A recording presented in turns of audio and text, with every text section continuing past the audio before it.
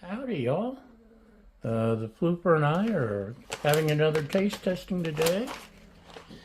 It's Augason Farms Hashbrown taters. Just add water and cook. Blah, blah, blah. Great for camping. It's like a camping meal. You just dump the water, boiling water in. I've got the water boiling.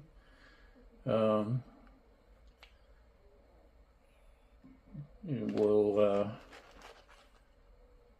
pour the water in once it's boiled. I've learned. I tried making a cozy for my camping meals, and that didn't work great. Well, actually, it worked well until some birds got hold of it and poked holes in it. I used a car sunshade and duct tape. Yeah, Gorilla tape maybe. I don't know. I used something. Anyway, so I went to the Dollar Tree and got one of their what are they, $1.25 now? They don't want to see your butt. Don't show the internet your butt. Yes. You're a floofer. You're a big bad floofer, I know. So the Dollar Tree has the little cooler bags for $1.25, and that works great for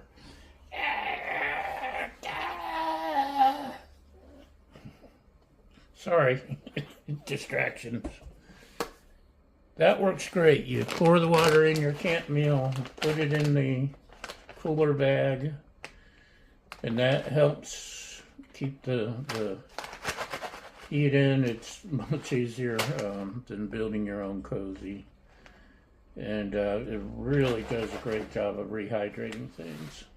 So after we rehydrate the taters, I've seen people complain about the taste because they eat them just like that. But they're hash browns. You gotta cook the hash browns.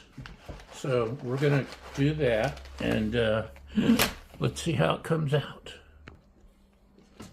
Don't forget to pull this out.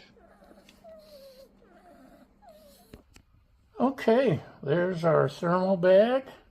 Let's pull out the taters. Okay, let's see. It's been 15 minutes.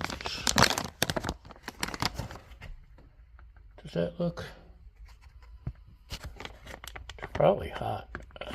Yes, it's rehydrated. I'll stir it up, and I happen to have cast iron pan heating up. Let me toss the taters in there. Oops, I almost forgot the important part of draining the excess water and patting them dry with a paper towel. So that's out of the way. And since I just happen to have this in the freezer, let's add some of them to the kettle. Okay, y'all. Yeah, you might be able to see some of the browning. Because there was so much tater, I ended up using that whole package of seasoning blend, and it's tasty. You also might accidentally see I've got too much or too small of a pan, so I've got food going everywhere. Taters ending up on the stove, on the floor, on the ceiling. It's embarrassing. I wish I could be cooking this on the griddle like it should be made, but you gotta make do with what you got. So I'm gonna finish browning this, because you know we gotta be nice and brown.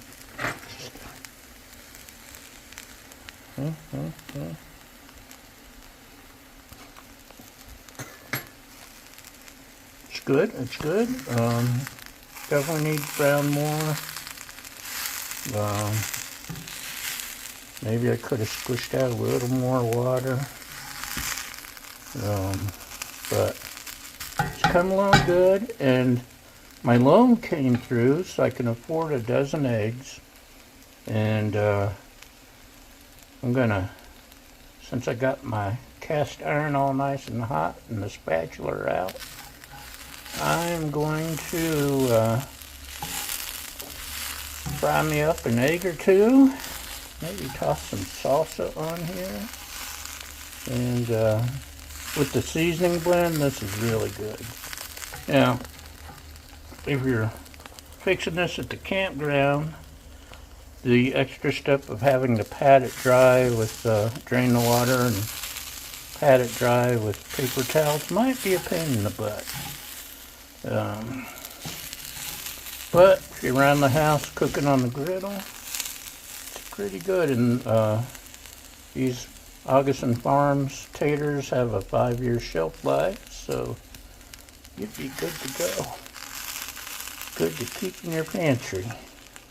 So that's it. Thanks for watching. Thanks for following, liking, subscribing, sharing, helpful comments, and most of all, thank you for feeding my fragile ego. And we'll see you next time. Bye!